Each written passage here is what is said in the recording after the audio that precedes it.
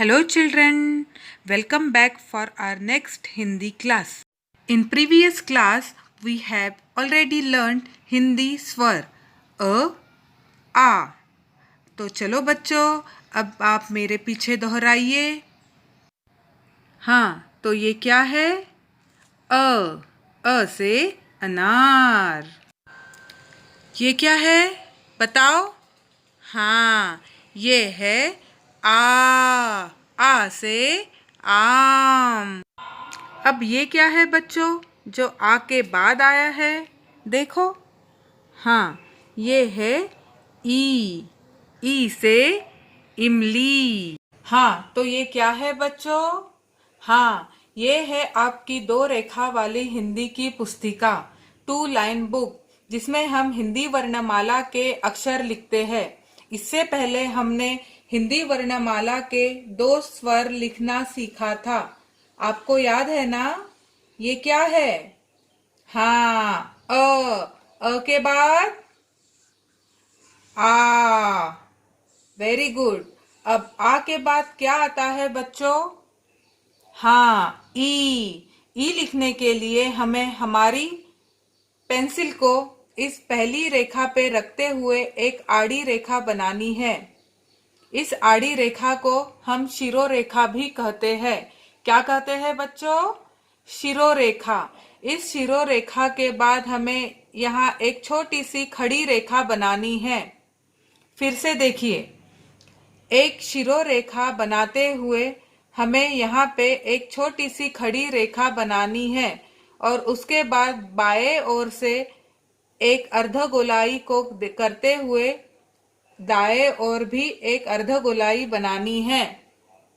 फिर से देखिए बच्चों, हिंदी वर्णमाला का अगला स्वर एक शिरोरेखा को बनाते हुए हमें एक खड़ी छोटी सी रेखा बनाने के बाद बाएं ओर से एक अर्धगोलाई को बनाते हुए पेंसिल को ना उठाते हुए दाएं ओर से एक अर्धगोलाई को बनाने के बाद एक छोटी सी तिरछी रेखा बनानी है, जिसे हम हिंदी वर्णमाला का तीसरा स्वर कहते हैं.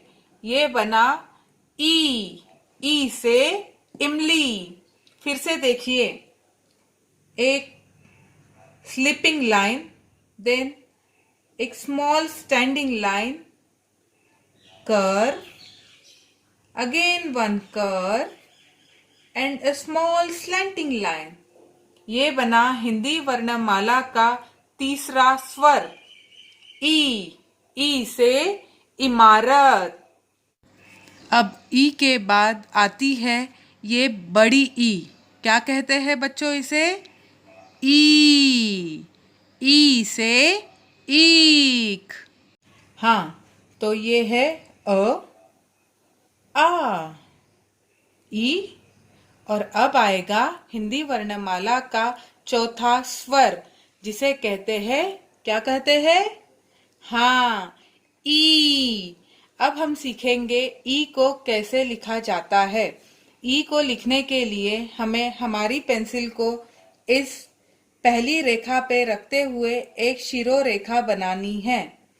उसके बाद हमें एक छोटी सी खड़ी रेखा बनाते हुए बाएं ओर अर्धगोलाई, दाएं ओर अर्धगोलाई को बनाते हुए एक छोटी सी तिरछी रेखा बनानी है. इस तिरछी रेखा के बाद हमें अपनी पेंसिल को फिर से इस शिरोरेखा पे रखते हुए ऊपर की ओर एक खड़ी रेखा को बनाते हुए दाएं ओर एक अर्धगोलाई बनानी है. बच्चों, ध्यान से देखिए, हमें अपनी पेंसिल को इस शिरोरेखा पे रखना है.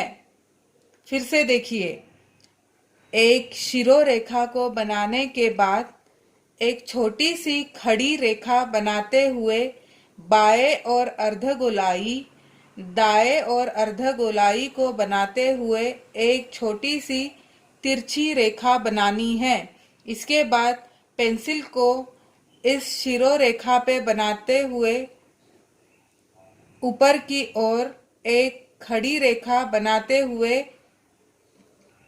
दाएं ओर एक अर्धगोलाई को बनाना है जिससे बनता है हिंदी वर्णमाला का चौथा स्वर ई। ई से ईक, ई से ईश्वर। तो मैं पेरेंट्स से अनुरोध करती हूँ कि वे अपने बच्चों को इन दो रेखाओं में लिखने के लिए सहायता करें। बच्चों, एक बात ध्यान से सुनिए। इस हिंदी की पुस्तिका में ये दो रेखाओं के बीच कम अंतर होता है और उसके नीचे वाली इन दो रेखाओं के बीच ज्यादा अंतर होता है। हमें हिंदी की वर्णमाला हमेशा जहाँ पे कम अंतर होता है, जिन दो रेखाओं के बीच कम अंतर होता है, वही पे लिखनी है। जहाँ पे ज्यादा अंतर होता है वहां पे नहीं लिखना है। तो आज के लिए इतना ही। घर पर रहिए और सुरक्षित रहिए। थैंक यू बच्चों।